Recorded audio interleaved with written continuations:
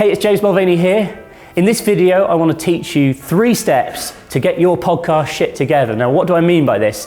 When you first start a podcast, there's lots and lots of stuff to consider. You know, booking guests, how to schedule them, production time, how you're editing, and if you're trying to produce a whole series, and all of this can become quite overwhelming. And what I wanted to do is show you how we handle this on a commercial scale to ensure that everything gets done in a very organized and timely fashion.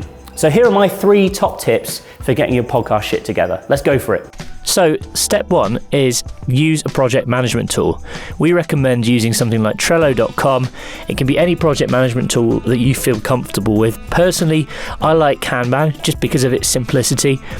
But rather than having a sort of simple structure like this, you probably want something a bit more advanced. But Kanban is effectively, you can even do it using a whiteboard or a blank wall. You have columns, you have cards within that column, and you move the cards down as they go on. So to begin with, you might have a list of prospects or potential guests that you want to get on board. Once you've booked one of those guests and you know that they've got a confirmed date for recording, you might move it into scheduled, and then further down you might move it into recorded, ready for editing. I'll go through the exact list later on in the presentation. The other thing I really like about systems like Trello is they are just good for storing down ideas. You might have an idea for a specific podcast episode, a topic you want to talk about, and you need to make sure you're writing this stuff down, because it's very easy to have that aha moment sometimes when you're not necessarily sat at your computer, or you might not be at the office, but you have a great idea for a topic you want to discuss, or you have a great idea for a certain type of guest you want to go after, or you might even meet someone and say, would you like to be on my show? Very easy to then lose track of these things. So using Trello allows you to just get everything down, whether you've got an ideas column or a potential guest or whatever it is you might be, get stuff down, and then you can start kind of fleshing it out later on and sort of start, coming up with more of a plan for a specific episode. But, they also allow great collaboration as well, which is why we like Trello. You can have everyone on your team who's fully aware of where episodes are in the process, and, if they've got stuff that they want to contribute towards the podcast, or if they think that there's something we need to discuss, you can use it to collaborate. So first of all, you need to be using a project management tool. There's no point of just using email or just relying on your own head to remember everything, because it just doesn't work. So secondly, you need to send everyone involved the information that they need. So when I say this, I believe to get the best out of someone, you really need to give them time to prepare. So sending out your questions to your guests before you actually go ahead and record with them gives them time to collect their thoughts, come up with some answers that would be perhaps difficult to come up with on the spot, and really give their utmost for your podcast episode, which will mean you get a better quality of recording, and ultimately, you get a more interesting discussion. Now, it's funny because the way I handle this is I'm not always prepared in terms of I can't send everyone every single question I'm going to ask, because some of the things you come up with on the spot, sure, but you kind of can set either a template of types of questions that you may ask so that they can kind of have some answers ready to go, or even, tailor the questions for the guest. Really depends on your style. I kind of like to do a little bit of both. Quite often what I'll do is I will sit down with the guest again before the interview, 20 minutes before the recording, just to think about what they're going to say. But I think having that preparation is really, really important for both yourself and your guests, and also helps put their mind at rest, because a lot of people I've spoken to, they might be great business leaders, they might have fantastic public speaking sort of credentials, but when you get them in a studio and they're sat in front of a microphone, it kind of just can be a little bit out of their comfort zone. So you're doing yourself and your guest a huge favour by being prepared. What else can you include in this document? As I say, it doesn't have to just be questions. You might want to have the location of the recording. So for example, generally I will record in our studio here in Manchester, which is where I live, or I quite often will be down in London, or I might be at one of our other studios, perhaps Amsterdam or New York. Have the list of addresses of the studios just in this document. You don't have to change it then based on the guest. They'll immediately know where to go. How about your contact information? If they can't find the studio, or they can't find your office, or whatever it is you might be recording at, make sure you've got your contact information, maybe your cell phone number, your email, all there and ready so they can easily access it if they need to. I've seen people even go as far as sending out kits to guests before, just to prepare them, sending out a USB microphone if they don't have a decent mic. Again, it depends on your budget. This can also be a great business development tool if you want to actually go and send people a cool gift. Also to make sure you get the best quality of recording, you might need to give your guests specific instructions. So what I tend to do is if I'm recording remotely, e.g. the guest isn't sat there in front of me in the same room in a good quality studio, perhaps they're recording from home and we're recording via like a Skype link or a video chat or Hangouts or Zoom or whatever tool you use. Still, if you're recording and relying just on that, it doesn't always sound the best. You can have interference in the line. Sometimes it's just, the HD isn't there, if you know what I mean. So to get the best possible recording, I will ask the person to record the microphone that they are using on their end, using maybe Audacity or, even QuickTime on a Mac will record the system audio. So you can use a variety of tools. Particularly if your guests perhaps aren't very technical, they're not tech savvy, you may need to walk them through this process of how to record audio. You might not need to even send them perhaps like a YouTube tutorial or something like that. But the more information you can include in this document, if you can send it to them well in advance, it gives the guest a chance to prepare. So this is my second strategy for success here.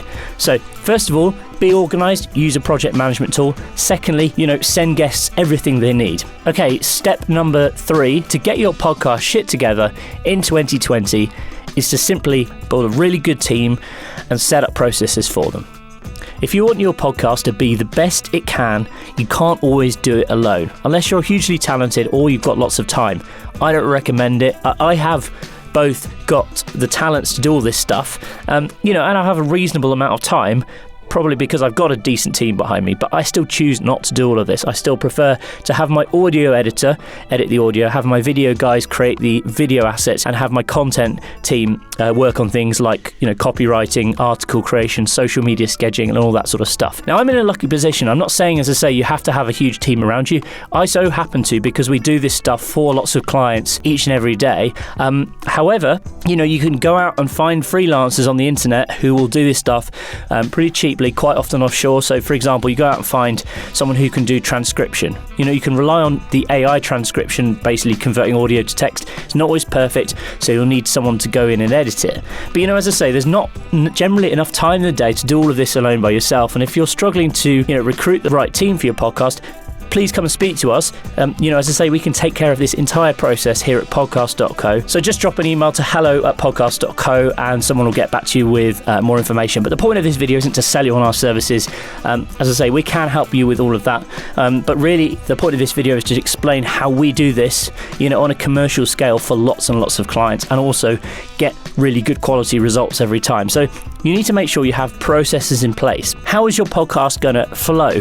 And this goes back to point number 1 about being organised, using project management. You'll see a list of things in front of you. So it kind of goes from sort of prospecting or finding relevant guests, outreach. You might want someone to be sending out emails, contacting people, through to, scheduling booking time in studios. Again, we've got studios here in Manchester, in New York, Amsterdam, etc. that we use. But organising all this stuff and booking time in and making sure you're super organised about everything is really important to get the best results. You don't want to be messing guests around. You don't want to be messing your own diary up, your own schedule up. So make sure you're organised there. And then through to things like editing, taking care of the actual edit, making sure it sounds as sweet as it can, creating assets around it, writing articles, transcription, social media quotes.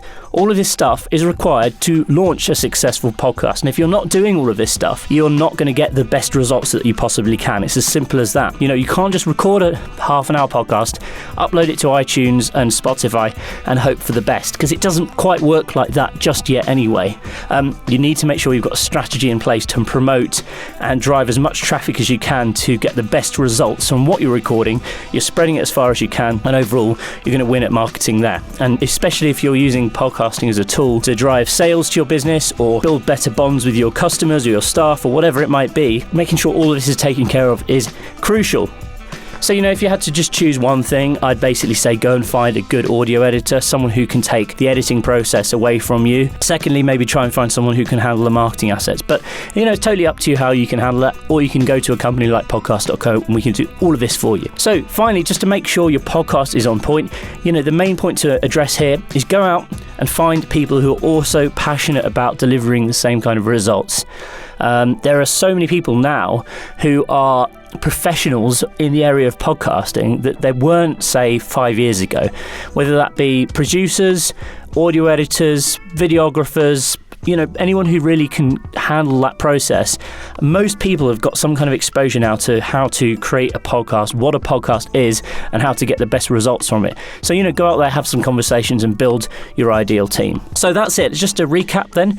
Firstly, you need to make sure you're using a really good project management tool, something like Trello, I recommend. Secondly, make sure you send your guests all the information that they need to get the best result from them, and as much in advance as you possibly can. And finally, build a really strong team and set up some good processes for them to make sure that the results are consistent and awesome. All right, so there you have it. Those are my 3 top tips to get your podcast shit together. Hopefully you find that useful. If you want to get further videos from me like this, please remember to hit that like button, also subscribe and turn on your notifications so you can be the first to get lots of useful information just like this one today. And also it encourages me to create more content for you guys and keep helping you out, which I really enjoy doing. So let me know in the comments below, what are your top tips in being organized, and what do you do to make sure that your podcast runs smoothly like a finely oiled machine? Comment below and let me know.